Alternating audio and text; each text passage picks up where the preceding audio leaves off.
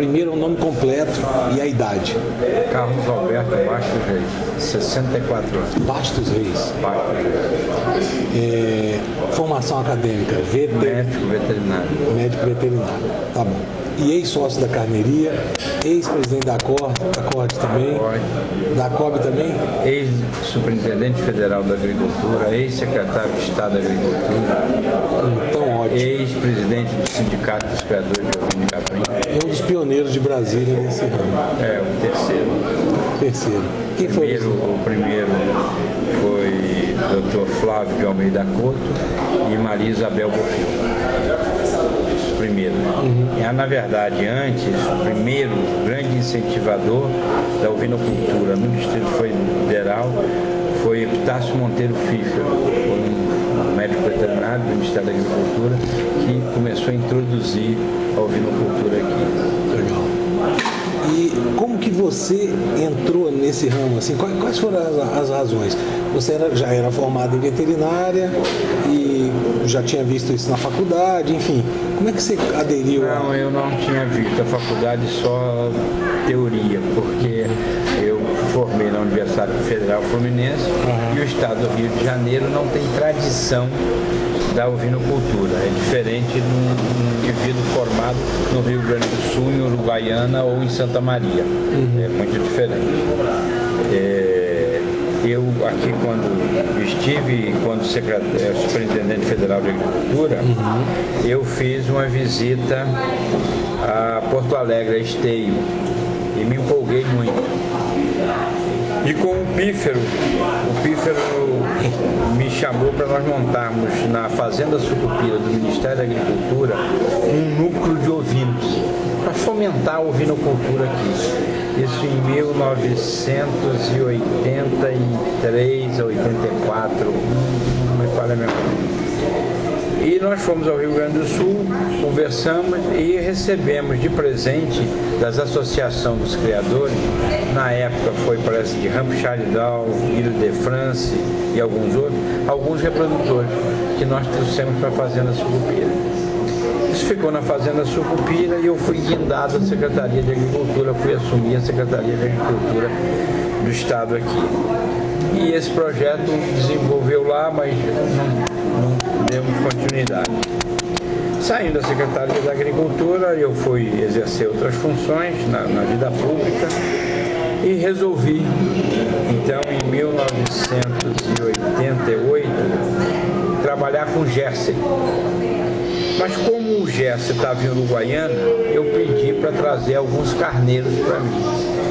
E foi indicado reprodutores da raça Ile de France, que veio do Garcia de Garcia, foi um dos primeiros importadores. Eu trouxe em 1988 dois animais puros de origem, dois animais puros. E começaram as exposições de ovinos aqui na Granja do Torno, eu adquiri fêmeas santinês na Granja do Torno e fiz o cruzamento com o Ile de France. Então começou aí a história. Mas criação de fim de semana, quer dizer, eu só ia na fazenda ou de semana em semana ou de 15 em 15 dias. Então eu tinha o ovino para comer carne e tal.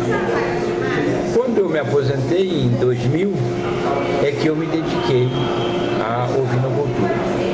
Fui para o IZE, fazer uma visita ao IZE, aos companheiros do IZE, o Instituto de Zootecnia de São Paulo, e lá eu tive os primeiros ensinamentos sobre a exploração racional da ovinocultura. Claro que eu tive que adaptar esse tipo de criação aqui para o Cerrado. E foi isso que eu fiz ao longo da vida. Fui adaptando e fazendo o cruzamento industrial. Porque não só na ovinocultura, mas na bovinocultura também, não existe uma raça só para corte. O melhor resultado para corte são os cruzamentos, ou aquele que nós chamamos de vigor híbrido. É o cruzamento de raças diferentes e para chegar a um animal. Na verdade, o que nós pretendíamos, isso desde o projeto do Pífero, era criar a raça Brasília. essa raça foi inscrita, que seria um cruzamento absorvente entre raças lanadas e raças deslanadas. Como Ile de France, Saint-Inês. E outras mais, poderiam ser outras.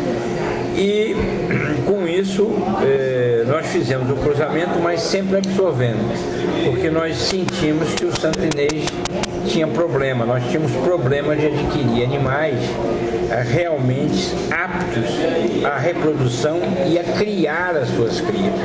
O Saint-Inês às vezes era prolífero, mas não criava bem as suas crias, embora um animal mais resistente, e não tinha a carcaça desejada pelo mercado. Então nós optamos para fazer o cruzamento de absorção, ou seja, introduzindo o Ile de France para trazer. Aí nesse período surge o Doppler. O mercado apresenta o Doppler. E eu fiz o Tricross. Tinha Saint-Inês, Ile de France, mas não chegava a lugar nenhum. Ficava um cruzamento alternativo, né? Até que surgiu a ida do meu sócio Weber à Austrália e trouxemos o Multimix, que era uma raça que, além de multíparas, as fêmeas, é um composto, é um animal composto. Ele originalmente vem do White Suffolk, que é uma raça bem conhecida lá na Austrália, e não era um animal de acabamento, era um animal para nós fazermos o rebanho de fêmeas e acabar com outro animal. Eu ainda, pela pouca experiência que tenho, acredito que o melhor acabamento ainda será com o Ile de France. Ter fêmeas multíparas e o Ile de France para terminar. A grande vantagem do Multimix é que o parto é quase que 100% gemelar. São partos múltiplos. Isso gera um ganho de desde que bem manejado, né? Com 1000 fêmeas, pelo menos o que tem mostrado lá na Austrália, onde eles têm um índice muito grande de morte. Nossos índices aqui são menores, mas de 1,6 a 1,7 produtos. Nossos índices são menores porque nossa cultura é mais confinada e a deles é extensiva. Sim, completamente extensiva. Tá. Agora, Carlos Alberto, você pode nos dar um panorama sobre a ovinocultura na RID, né, DF, em relação à oferta e demanda? Como é que é o mercado de Brasília? Ele absorve mais do que se tem? Ou fica sobrando produto na praça? Como é que é? Eu primeiro queria dar uma explicação. Tá. Nós temos uma característica diferente de criadores de ovino. Porque quando você pega os produtores de grão, são produtores de grão. Você pega os produtores de aves, são resultado de uma cooperativa ou de uma associação ou de um sindicato, e esses grupos produzem animais profissionalmente, ou seja, eles são integrados, eles se integram em todos os sentidos. Eles são integrados em todos os sentidos. Por quê? Porque tem um norte. Tem um norte na suinocultura, tem um norte na avicultura. Nos produtores de grão não, porque nós já conhecemos como o país é um grande produtor, eles realmente produzem aqui soja, milho e feijão com uma competência espetacular, embora sejamos grandes produtores de semente. No caso da ovinocultura, não. Os ovinocultores aqui instalados são explorações de fim de semana, sem nenhum objetivo econômico e comercial. Se surgir uma oportunidade, ele passa a ser comercial eventualmente. Ele é um comércio eventual, daquilo que excede aquela produção, vamos dizer, de subsistência. Não é nem de subsistência. Eu diria assim, que é uma exploração de fim de semana. É essa. Por quê? Porque quando surgiu a ovinocultura daqui, O que foi dito a esses criadores? Vamos produzir reprodutores. E esses reprodutores nós vamos espalhar para todo o Centro-Oeste. Mas como nós não tínhamos um trabalho genético, desde a academia até os produtores e tradição, porque nós não tínhamos tradição, isso tem 15, 20 anos, nós não tínhamos nenhuma tradição, era só meia dúzia, para você ver a população.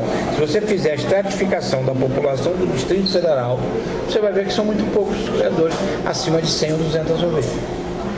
Eles têm 30, 40, 50 para quê? Para fim de semana, para consumo. Aquilo que exceder, ele passa a ser econômico e eventual. Então as pessoas acharam assim, nós vamos produzir reprodutor, sem nenhum grande acompanhamento, apenas com alguns registros. Registrava-se animal fenotipicamente, mas sem ter um trabalho de base genética. Ou seja, ver o genótipo. Essa fêmea produz tantos animais, tem uma produtividade X, mas ela pare e aparta animais com tantos quilos. E outra coisa, a seleção para a característica daquilo desejado pelo mercado, que era a carcaça. Não, se tinha número, não. Entendi. E como é que você vê esse panorama da oferta e da demanda? Por isso, porque como tem períodos, a procura é sempre intensa. Aqui me parece que um trabalho da UNB, se não me engano, da própria Emater, mostrou que a nossa demanda era em torno de 28 toneladas mês, isso há 8 anos atrás. Hoje deve estar umas 30. Ou muito mais, muito mais. Isso digamos, aquela que é conhecida oficialmente, que comercializa a maioria dos animais com abate fiscalizado, seja ele estadual, seja ele federal. Agora tem o mercado informal. Agora, o mercado informal, esse é muito grande, porque há dois mercados. Aqui é o mercado da churrascaria, há o mercado do supermercado, esse vem sempre de fora, a maioria vem de fora. Os da churrascaria são consumidos aqui, uma parte com carnes inspecionadas e outra com carne sem inspeção. E as feiras livres, que essas, o mercado é tranquilo. Os abates são feitos no Distrito Federal e no entorno do Distrito Federal, para caprinos, ovinos e até suínos, alguma parte do suíno menos, porque a oferta é muito boa e de boa qualidade, com outros cortes no supermercado, isso melhorou o consumo. E nós ainda estamos, a maioria do consumo aqui é de carne abatida clandestinamente. Então ele vem, aí sim, aí ele vem da Bahia, ele vem do Nordeste, ele vem do Centro-Oeste. E do Sul. E do Sul. Do Sul geralmente vem com inspeção. Já vem abatido, ele não vem... Então você diz que é mais ou menos umas 30 mais de 30 toneladas, eu acredito que é mais de 30 toneladas ali, mais, com certeza. Isso aí, então seria mais ou menos transformar isso aí em ovinos, deve ser algo... Como que? Você coloca em média de carcaça 15 quilos ou 12 quilos? 12 quilos. Então seria 20 mil ovinos por mês para abastecer o mercado.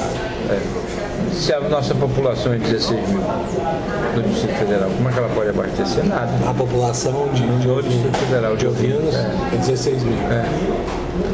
Quer dizer, aí, graças a Deus, tem o Uruguai para mandar, né? Porque... Não, tem o Uruguai, tem também, o Nordeste traz muito. Aqui não é computado as estatísticas porque vem animais clandestinos. Do Uruguai não, do Uruguai vem abatido. E aí vem com inspeção federal. Então, existe uma demanda. A demanda reprimida. É muito grande. É muito grande. Isso sem considerar ainda que pode aumentar o gosto do consumidor pela carne bovina e sai caro. Mas houve um trabalho feito pela UNB em que mostra qual era o modelo ideal para que os produtores aqui instalados, os maiores produtores, pudessem pudessem realmente ofertar uma carne de qualidade no mercado. O que mostrou o trabalho, todos os pontos foram levantados, alimentação, tudo se corrigiu. Mas o relacionamento entre os produtores e esta associação, seja ela associação, seja cooperativa, seja integradora, era muito difícil. Nesse grau, se nós pudéssemos mensurar de 0 a 10, nós não chegamos a 4. De 0 a 10, nós não chegamos a 4. Por quê? Quando nós criamos com 10 ou 12 pessoas a carneiria, de 10, 30% entregava a carne para outro, para terceiro, e não para... E isso, membro, sócio, para você ter um espelho do que é um membro. Por quê? Porque não são profissionais, são criadores, que foram criadores de elite, vamos chamar assim, para a seleção de raça, ou criadores de fim de semana. Não tem a cultura de um ovinocultor, que vive da ovinocultura. Então, assim, e os aspectos de política pública voltadas para o setor? Você vê que teve um momento importante? Teve um momento de fomento, inclusive, de trazer animais para distribuir. Mas como não havia a cultura de produtor, então aqueles animais jamais proliferaram para um rebanho grande. Não, ficou ali. Faltou um planejamento mais integrado. Sim, sim. E outra coisa, em todo o país ainda há um déficit muito grande da assistência técnica junto aos produtores de pequenos e médios animais. Mas isso é no sistema a nível nacional. Naqueles locais onde a criação está na raiz da população, como principalmente no Nordeste, no interior da Bahia, como alternativa da ovinocultura, é uma alternativa viável pelas condições climáticas ali existentes e pelo mercado, porque ou ele vende no mercado ou ele troca essa mercadoria no mercado para as outras existências. Isso é tranquilo. Nós aqui não temos isso. Nós aqui temos grandes compradores e pouquíssimos fornecedores. Pouquíssimos fornecedores. Nós não temos ainda um grupo que possa, vou chamar de integração, uma integração de produtores para atender esse mercado, mas produtores profissionais. Porque dentro da integração você tem que doar alguma coisa. Você não doar animal, você tem que se doar. Você tem que receber as orientações para ter uniformidade na exploração. Simetria de informação. Então, mas houve um momento importante de políticas públicas? Houve até um incentivo. Agora também está havendo. Por exemplo, agora está havendo... E eles encontraram, quer dizer, a associação está encontrando, achando que vai encontrar a solução através de um frigorífico público. Não vai.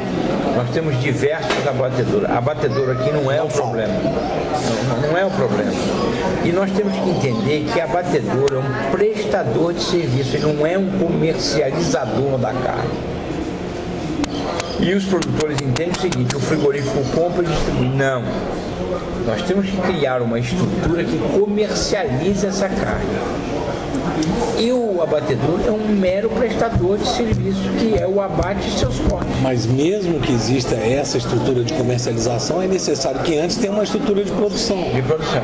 E essa integração entre produtores. Entendi. Muito bom. Se você ainda aposta na evolução da ovinocultura aqui? E o que deve acontecer para que isso fique profissional? É a última pergunta da primeira. Eu acho que tem que vir um grupo de fora. Sabe? Para que as pessoas. Um grupo grande de fora. Para implantar aí 2, 3 ou 4 propriedades de 1.000, 1.500. matriz para a produção de carne e a venda no mercado aqui, para dominar o mercado aqui. Aí sim as pessoas vão acompanhando. Porque um só fica sozinho. Se você ficar aqui sozinho, sabe o que acontece?